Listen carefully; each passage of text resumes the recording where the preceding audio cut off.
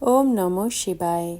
আজকের মহাবাক্যের তারিখ 2রা এপ্রিল 1968। প্রিয় বাচ্চারা, কখনোই কারো সাথে মোহ রেখো না। এক বাবাকেই স্মরণ করতে হবে, নির্মোহী হতে হবে। এতে বড় পরিশ্রম রয়েছে। সমস্ত দুনিয়ার থেকে বৈরাগ্য, এ তো শেষ হয়েই পড়ে আছে। এতে লাভ বা আসক্তি কিছুই নয়। কত বড় বড় ঘর বাড়ি বানায়, তাদের তো এটা জানা নেই যে এই পুরনো দুনিয়া বাকি কতটা সময় রয়েছে। ওম নমঃ শিবায়। আত্মিক বাবা আত্মিক বাচ্চাদেরকে বোঝাচ্ছেন, পড়া মানে বোঝা। তোমরা বাচ্চারা বোঝো, এই পড়া অনেক সহজ আর অনেক উচ্চ, আর অনেক উচ্চ পদবি দিয়ে থাকে। এটা শুধুমাত্র তোমরা বাচ্চারাই জানো। এই পড়া আমরা বিশ্বের মালিক হবার জন্য পড়ি। তো যারা পড়ে তাদের কত খুশি হওয়া উচিত। কত উচ্চ হলো এই পড়া। এ হলো সেই গীতার এপিসোড। সঙ্গম যুগও তোমরা বাচ্চারা জেগে রয়েছ, বাকি সব শুয়ে রয়েছে। গায়নও রয়েছে, মায়ার নিদ্রাতে শুয়ে রয়েছে। তোমাদের বাবা এসে জাগিয়েছেন শুধুমাত্র একটা কথা বোঝান যে মিষ্টি বাচ্চারা স্মরণের যাত্রার বল দ্বারা নিজেদের বিশ্বের ওপরে রাজ্য করো, যেমন কল্প পূর্বেও করেছিলে। এই স্মৃতি বাবা দিয়ে থাকেন। বাচ্চারাও বোঝে যে আমরা স্মৃতি পেয়েছি। কল্প কল্প আমরা এই যোগ বল দ্বারা বিশ্বের মালিক হই, আর আবার দৈবী গুণও ধারণ করতে হয়। স্মরণের ওপরেই মুখ্য অ্যাটেনশন দিতে হয়। এই জন্য যোগ বল দ্বারা তোমরা বাচ্চাদের অটোমেটিক্যালি দৈবী গুণ এসে যায়। এই পরীক্ষা হলোই মনুষ্য থেকে দেবতা হবার। তোমরা এখানে এসেছই মনুষ্য থেকে দেবতা হবার জন্য যোগবল দ্বারা। আর এও বোঝো যে যোগবল দ্বারা সমস্ত বিশ্বকে পবিত্র হতে হবে। পবিত্র ছিল, আবার অপবিত্র হয়েছে। সমস্ত চক্রের রহস্য তোমরা বাচ্চারা বুঝেছ, আর হৃদয়েও রয়েছে। যদিও কেউ নতুন হলেও তাও এই কথা একদমই হলো সহজ বোঝার জন্য। তোমরা যারা দেবতা পূজ্য ছিলে, আবার পূজারী তমপ্রধান হয়েছ। আর কেউ এমন কথা বলতে পারে না। মনুষ্য তো লম্বা চওড়া গল্প বানায়। পুরনো শোনা জ্ঞানেও অনেক গল্প রয়েছে। বাবা ক্লিয়ার বোঝান, সেটা হলো ভক্তি মার্গ, এটা হলো জ্ঞান মার্গ। ভক্তি পাস্ট হয়ে গেছে, পাস্টের কথা আর হৃদয়ে রেখো না। তা তো হলো অবতরণের কথা। বাবা তো এখন উত্তরণের কথা শোনাচ্ছেন। বাচ্চারাও ভালোভাবে বোঝে। আমাদের দৈবিক গুণ অবশ্যই ধারণ করতে হবে। রোজের চার্ট লেখা উচিত। আমরা কতটা সময় স্মরণে থেকেছি, আমরা কি কি ভুল করেছি। ভুল করে আবার ভারী চোটও লাগে। লৌকিক পড়াতেও ক্যারেক্টার্স দেখা হয়, এতেও ক্যারেক্টার্স দেখা হয়। বাবা তো তোমাদের কল্যাণের জন্যই বলেন। তাতেও রেজিস্টার রাখে পড়াশুনোর আর ক্যারেক্টার্সের। এখানেও বাচ্চাদের দৈবিক ক্যারেক্টার্স বানাতে হবে। ভুল কর্মকে সামলাতে হবে, দেখতে হবে আমার দ্বারা কোনো ভুল হয়নি তো। এই জন্য এখানে কাচারিও হয়ে থাকে। আর কোনো স্কুল আদিতে কখনো কাচারি হয় না। নিজেরই অন্তরে প্রশ্ন করতে হয়।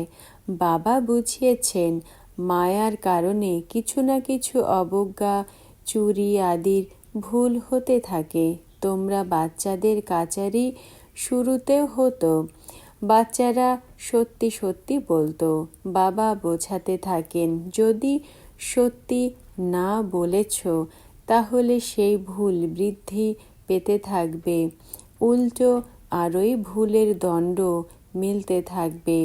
ভুল না বললে আবার আজ্ঞা অমান্যকারীর টিকা লেগে যায়। এরপর রাজত্বের তিলক মিলতে পারে না, আজ্ঞা মানে না, অবিশ্বস্ত হয়ে যায় তো রাজত্ব পেতে পারে না।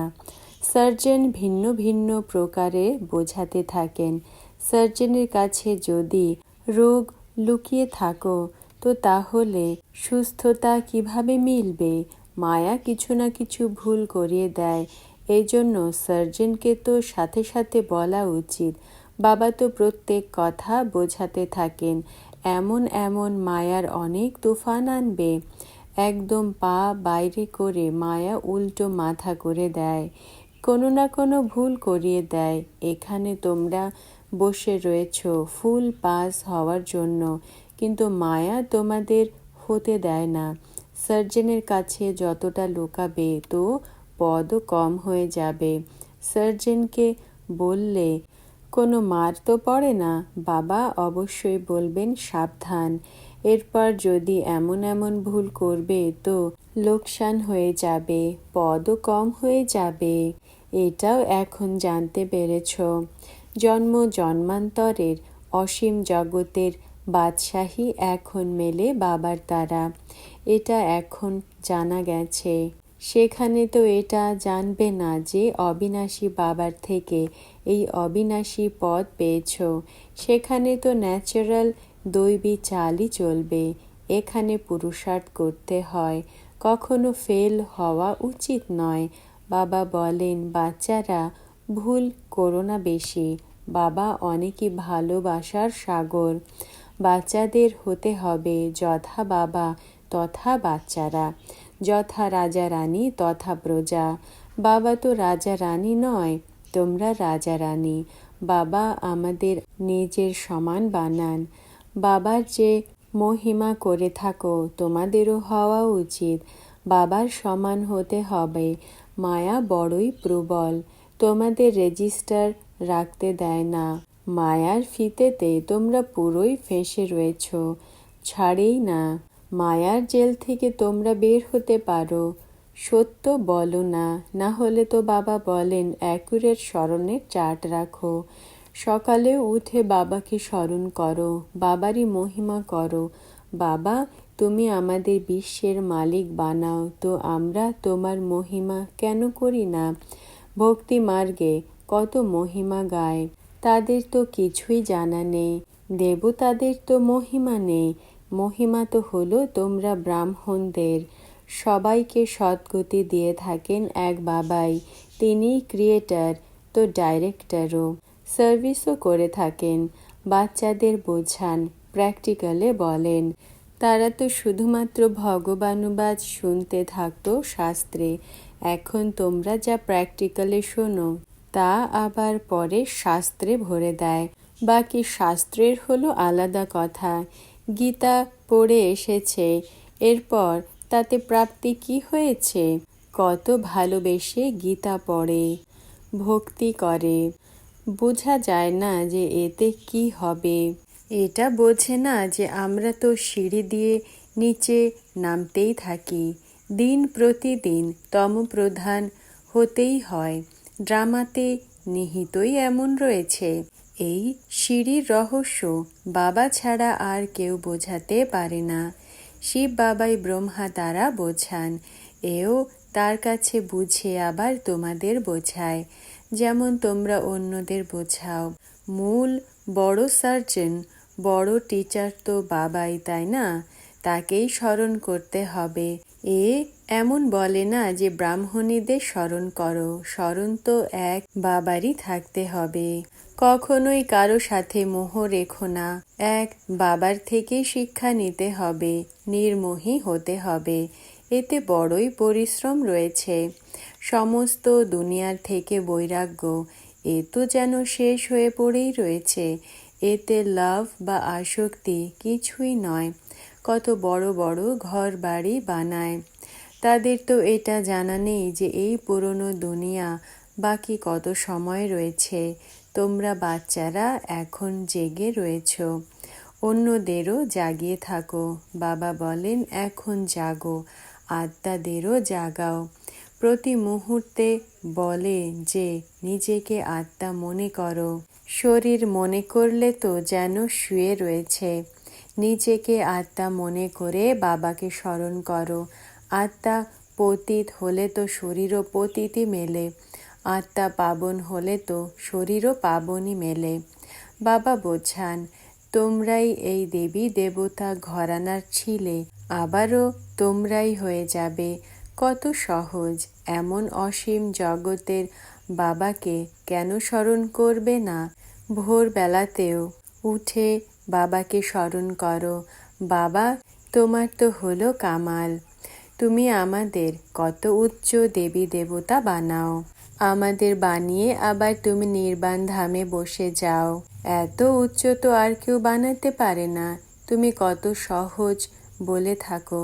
বাবা বলেন, যতটা টাইম মেলে কাজকর্ম করতে থেকেও তোমরা বাবাকে স্মরণ করতে পারো। বাবাই তোমাদের এই বিষয় বৈতরণী নদী পার করে দেবেন। কলিযুগ পতিতালয় থেকে ওই পার সত্যযুগী শিবালয়ে নিয়ে যান। শিবালয়কেও স্মরণ করতে হবে। শিব বাবার স্থাপনা করা স্বর্গ। তো এই দুয়েরই স্মরণ এসে যায়।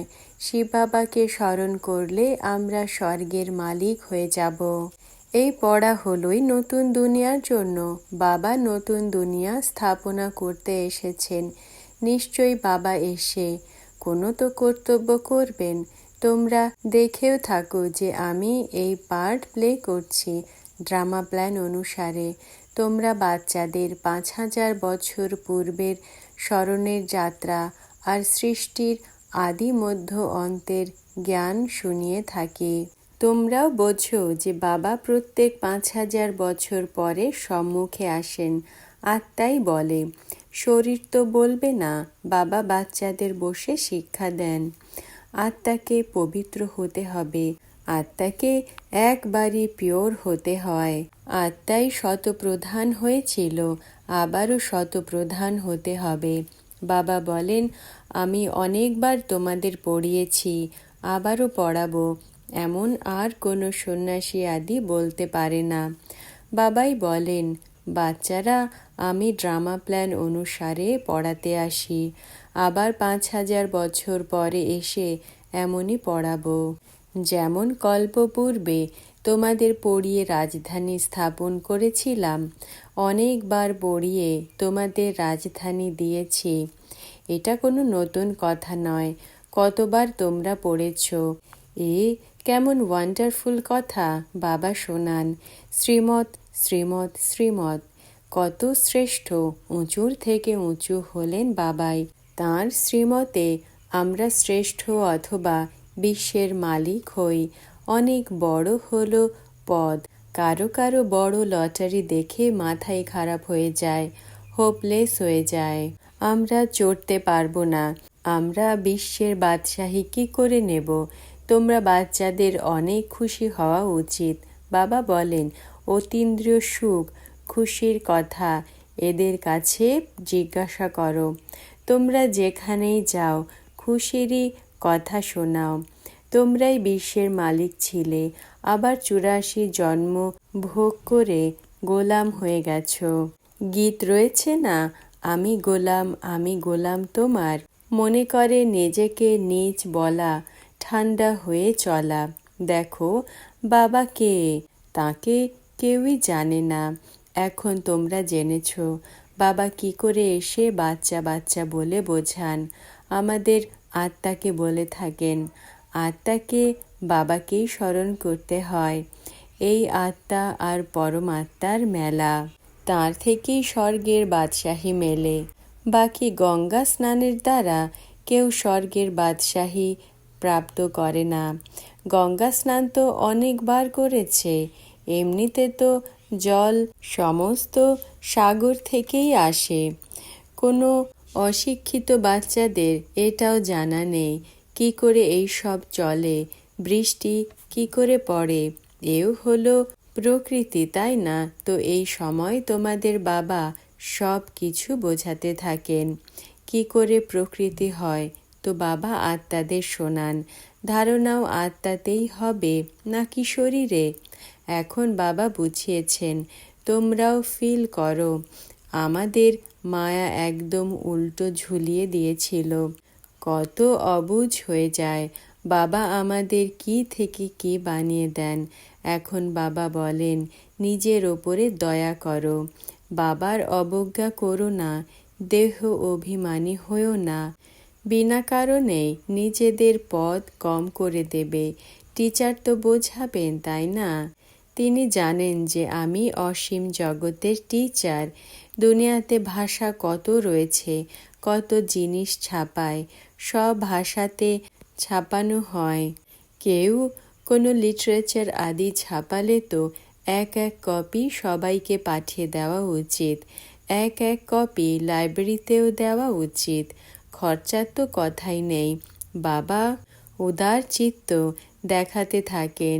শিব বাবার খাজানা অনেক ভরে যাবে। এরপর কারো থেকে নেবেও না। তখন বলবেন যে এখন নিজের কাছে রাখো। বাচ্চাদের বৃদ্ধি মানে ধনেরও বৃদ্ধি, খরচও বৃদ্ধি। এরপর বিরক্ত হবে না। সাওয়াল শায়ের হুন্ডিও ভরার জন্য বসে রয়েছে, তোমরা খরচা করতে থাকো। বাবা বলেন, কোনো কিছুই ছাপাও তো সব সেন্টার্সে এক এক কপি পাঠিয়ে দাও, কোনো সমস্যা নেই। সেটা হয় না যাদের মুনিম খাতা নিয়ে আসে, এ পয়সা দেয় না, বলবে আচ্ছা আমার খাতাতে লিখে দাও, ওই পয়সা মিটিয়ে দাও। কাউকে বিরক্ত করো না। পয়সা রেখে কি করবে? ঘরে তো নিয়ে যাবে না। ঘরে নিয়ে গেলে তো পরমাত্মার যজ্ঞের চুরি হয়ে যাবে। তবা তবা, এমন বুদ্ধি কারো যেন না হয়। পরমপিতা পরমাত্মার যজ্ঞের চুরি? তার মতন মহান পাপাত্মা কেউ হতে পারে না। কত অধম গতি হয়ে যাবে। বাবা বলেন, এও সবার ড্রামাতে পার্ট রয়েছে। যদিও খাবে দাবে, তোমরা গিয়ে রাজত্ব করবে, আর তারা গিয়ে তোমাদের চাকর হবে। চাকর ছাড়া তোমাদের রাজত্ব কি করে চলবে? তারা এভাবেই তোমাদের সার্ভেন্ট হবে। রাজত্ব এমনই স্থাপনা হয়। কল্প পূর্বেও এমনই স্থাপনা হয়েছিল। বাবা বলেন, যদি নিজেদের কল্যাণ করতে চাও তো এখন শ্রীমতে চলো, দৈবিক গুণ ধারণ করো। ক্রোধ করা দৈবিক গুণ নয়, তা আসুরি গুণ হয়ে যায়। কেউ ক্রোধ করলে তো চুপ করিয়ে দেওয়া উচিত। রেসপন্স করতে হয়। প্রত্যেকের চলনের দ্বারা বুঝতে পারো। অবগুণ তো সবার মধ্যেই রয়েছে। যখন কেউ ক্রোধ করে তো তার চেহারাই কেমন হয়ে যায়। মুখ থেকে বম চালায়, নিজেরই লোকসান করে, পদ ভ্রষ্ট হয়ে যাবে।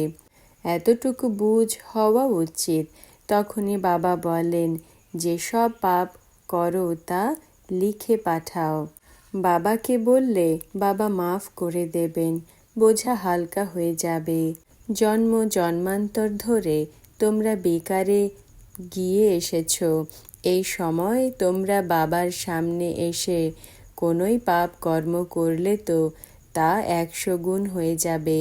পাপ কর্ম করে আর যদি না বলে থাকো আরোই বৃদ্ধি হয়ে যাবে, আর নিজেরই সর্বনাশ করে দেয়। বাবা তো বোঝাবেন, নিজের সর্বনাশ করো না।